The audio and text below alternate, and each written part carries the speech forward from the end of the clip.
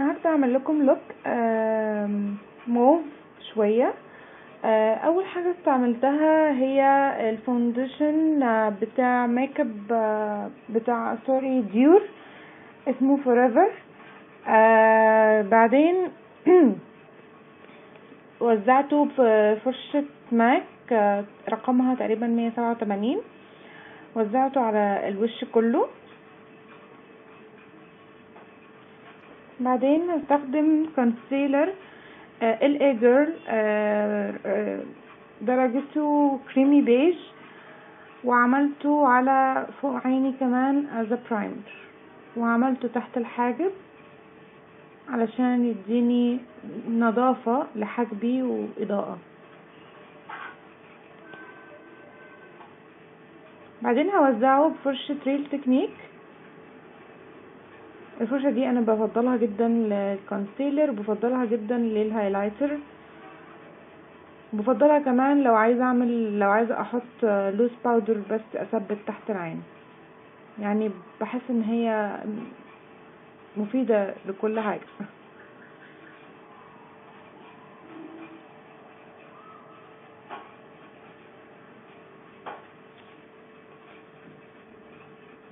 بعدين هستخدم باودر من بورجوا اسمها سيلك اديشن، وهستخدم برضو فرشة ريل تكنيك اللي هي الكبيرة، وزعتها على الوش كله. بعدين هستخدم باليت من ذا بالم اسمها نود دود، وهستخدم لون انتقالي اللي هو كان لونه بني محمر شوية، مش بني محمر، اللي هو بني اللي هو بيبقى على بينك شوية.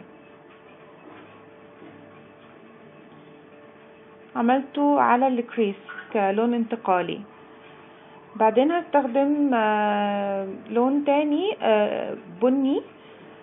انا مش عايزه اقول لكم الالوان علشان ما تلتزموش بالباليت، انا بقول لكم الالوان بالظبط عشان حتى لو عندكم اي باليت تانية ممكن تستخدموها من اي باليت تانية. فاستخدمت اللون ده بني شويه على موف، مش بني يعني بني بنفسجي كشويه. استخدمته علشان اعمل اللوك اللي هو السموكي من على الطرف. وبعدين حطيت لون ابيض، مش ابيض، لون شوية كريمي كده تحت الحاجب. بعدين هستخدم الباليت دي من ديور. استخدمت لون بينك، بيبي بينك شمر. بعدين افتكرت عشان كنت بحب ان انا اعمل زي بيز ابيض، اللي هو استخدمت قلم الجامبو اللي هو من نكس. فاستخدمت البيز ده علشان لما اجي احط اللون الشمر يبقى ظاهر. فالحركة دي انا بعملها علشان لما اجي احط اي لون شمر على عيني يبقى واضح جدا، يوضحه جدا. فانا حطيت اللون الجامبو اللي هو الابيض، وبعدين رحت حاطه اللي هو اللون البيبي بينك على الجفن كله.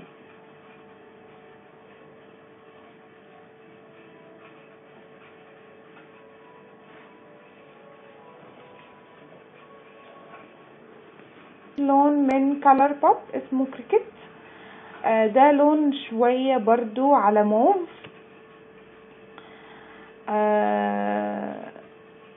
حطيته على نص الجسم بصباعي، لان الكالر بوب، الوان كالر بوب افضل حاجة تتحط، يعني لما تيجي تحطوها على العين تحطوها بالصباع. بعدين استخدمت ايلاينر من ديبورا.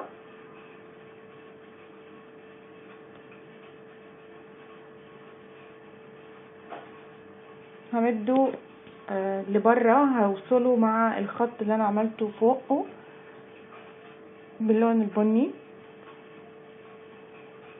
بعدين هروح منزلاه على تحت وهوصله بمدمع العين، وهعمله لداخل العين عشان يديني زي يعني لوك عربي شوية.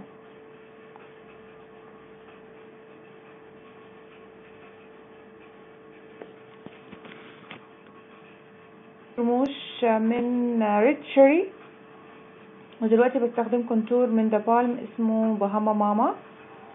استخدمت كونتور باودر عادي جدا، انا بفضل الباودر زي ما قلت لكم. انا بس كنت بستخدم في اللوكات التانية كريمي علشان اوريكم ازاي بيتحط. واستخدمت هايلايتر معرفش ملوش ماركة يعني، انا كنت جايباه من زمان قوي، وبوزعه بفرشة كبيرة. وبعدين استخدمت لبستيك من لايم كرايم اسمه فاديد، وهوزعه كامل على كامل الشفايف.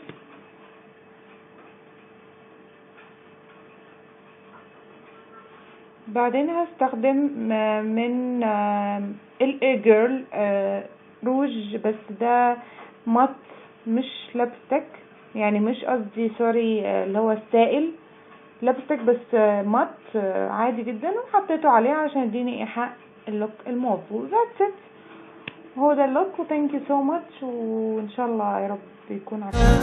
لا مش طبيعي